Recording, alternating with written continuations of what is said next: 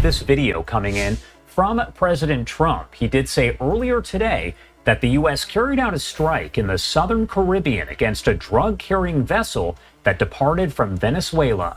The TDA is a designated foreign terrorist organization operating under the control of Nicolas Maduro, responsible for mass murder, drug trafficking, sex trafficking, and acts of violence and terror across the U.S. and Western Hemisphere. The president later posting this video that you're seeing on Truth Social, along with a post saying earlier this morning, on my orders, U.S. military forces conducted a kinetic strike against positively identified Tren de Aragua narco-terrorists. At 6:30 in the morning, a Venezuelan speedboat fired up its engines, thinking it could slip past unnoticed. What it didn't know was that the moment it touched the water, it was already trapped inside a U.S. Navy killbox, where satellites, aircraft, and warships worked together to make escape mathematically impossible.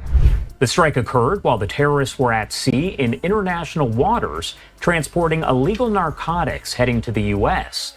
The strike resulted in 11 terrorists killed in action. No U.S. forces were harmed in the strike. When you come out and when you leave the room, you'll see that we just, over the last few minutes, literally shot out a boat, a drug-carrying boat, a lot of drugs in that boat.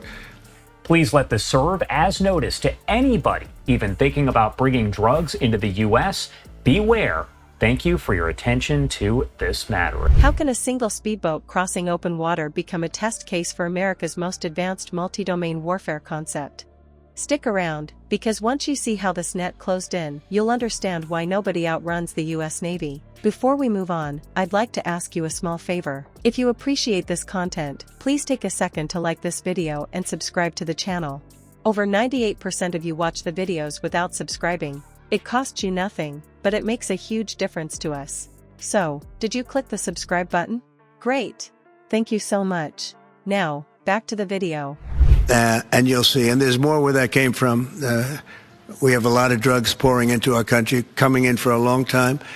And we just, these came out of Venezuela and coming out very heavily from Venezuela. A lot of things are coming out of Venezuela. So, and you'll be seeing that and you'll be reading about that. It just happened moments ago. And our great general, head of the Joint Chiefs of Staff, who's been so incredible. That was President Trump as he spoke earlier today in the Oval Office, revealing the information about this strike, and then, as I mentioned, releasing that video right there on your screen. How can a boat small enough to vanish on radar be locked into a cage of data where escape is not possible? That is the riddle posed by a single Venezuelan speedboat gliding out at dawn, a thin silhouette against an endless horizon, its engines biting through calm water. To anyone watching from the shoreline, the crew looked as if they were stepping into freedom, disappearing into blue distance. They believed that the ocean's vastness, combined with the narrow profile of their craft, made them invisible. But in reality, the moment they accelerated beyond the coastline, they entered a battle space already defined by sensors, algorithms, and patrols. The men on board trusted speed. 40 knots across open water feels unstoppable, a white spray carving a ribbon behind them. So the first question I have to ask you here is, from a national security standpoint, what do you make of all of this, the release of the video and the information provided by President Trump? And can be addressed by both law enforcement and by the military. So the other cartels that are running drugs into the United States should take note about this action, because so by designating Tren de Aragua a foreign terrorist organization, this sets them up for actions against them in addition to regular law enforcement. It puts us also into the realm of the national security threat. They assumed that no ship or aircraft could sustain a chase at that pace without exhausting fuel or revealing its presence too early. What they didn't know was that above them, hundreds of miles up, satellites were already painting their path. They couldn't see the infrared imaging drawing a bright line across the ocean, every flare of their engines translated into digital coordinates. To the men on that boat, it was just wind, spray, and power surging beneath their feet. To a command screen elsewhere, it was a precise heat plume updated second by second. At altitude, a P-8 Poseidon aircraft circled like a patient bird of prey. The Poseidon is more than just a plane.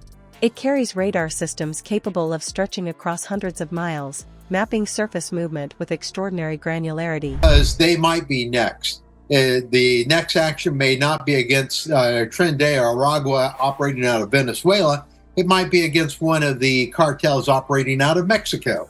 Law enforcement and military have both addressed terrorism around the world, and sometimes you use the military arm, sometimes you'll use the law enforcement arm. So while this is an interesting situation here of seeing the combination of law enforcement and military, we've actually seen this before. From its vantage point, the speedboat's supposed invisibility collapsed. Every maneuver, every turn, every jolt of the throttle created echoes.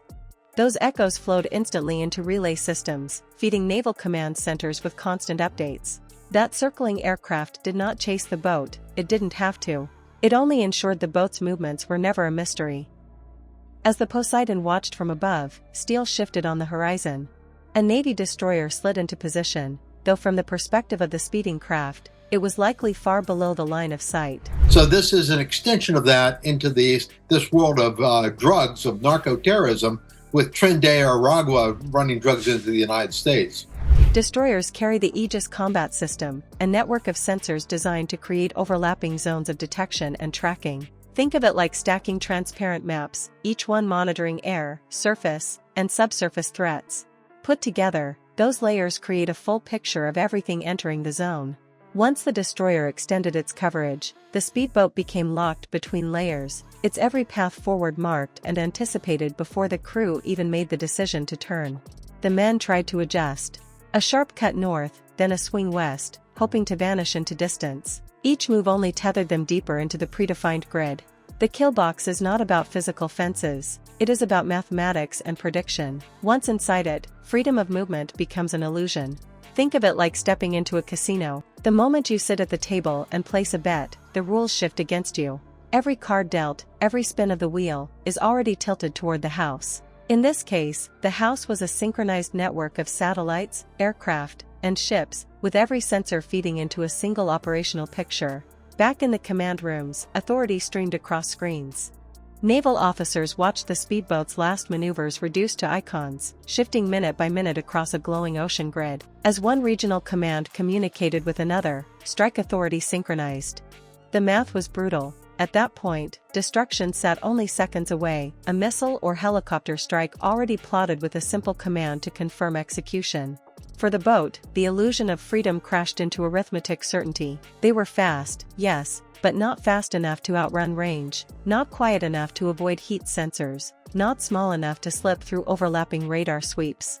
In the end, it wasn't force or firepower that undid them, at least not yet. It was equations. The simplest truth was T